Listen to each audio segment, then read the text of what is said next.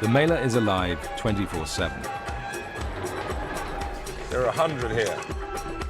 Jim's mahant ceremony is in just a few days, and we've got over $2,000 in Indian rupees with us to hand out to hundreds of other holy men as part of the process. My becoming mahant involves a distribution of resources. That's the way you get recognised by your sadhu peers or by the other sadhus as a decent sadhu, is if you do what they call seva, if you do stuff for the sadhu community, which involves often, simply giving out money and food to everyone, right, so they can then look after themselves. So that's what's going on here. A lot of it is sort of redistribution of resources. So these big bubbas will be sitting at their ashrams for the 3 years between each mela, and they get given loads and loads of money. What do they do with it? They might build a bit more on their ashram, but basically they come here and they throw big feasts and spread all their cash. Blow all their dough.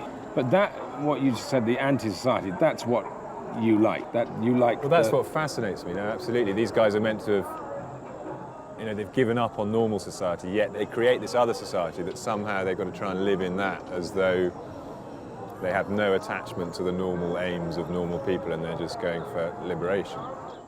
What it will mean is that afterwards, if I go to a feast, then as a mahant, I'll get given more money than the others in the rank and file. So it does work. The more you renounce the world and its evils, the more you get. So you've renounced sort of status and everything, and you've now got more titles than the Queen. Your commander... Mahant, Dr. Sir James, I will be after this. But of course, that's the other irony about the whole thing, is I'm no renouncer at all. But Babaji knows that. Half the people in the camp know that. So you've done it all without renouncing. You do, in a way. I mean, you come and live here, and it's pretty uncomfortable. Part-time renouncer. Jim has devoted 20 years to Indian holy men, but back in England, he has an entirely different life. I live in the beautiful English countryside with my wife and 2 daughters. I have a blissful family life. Claudia, my wife, she supports me, and she spent years on living that same lifestyle in India with me. She spent years with Babaji. She loves Babaji in the same way that I do. It was a magical time. We just spent our time really travelling from religious festival to religious festival, doing pilgrimages. Yeah, it's totally part of my life, and I wouldn't have had it any other way.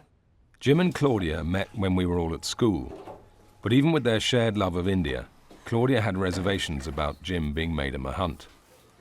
I was fairly ambivalent towards it to begin with. I was like, you can't become a mahant, it's ridiculous. You have to be a Hindu ascetic, and you're not a Hindu, and you're not an ascetic, so what do you think you're doing? And now I feel that it's a bit like it could be like an honorary degree or something, and they're just honouring the fact that he's really championed their cause, really, I suppose.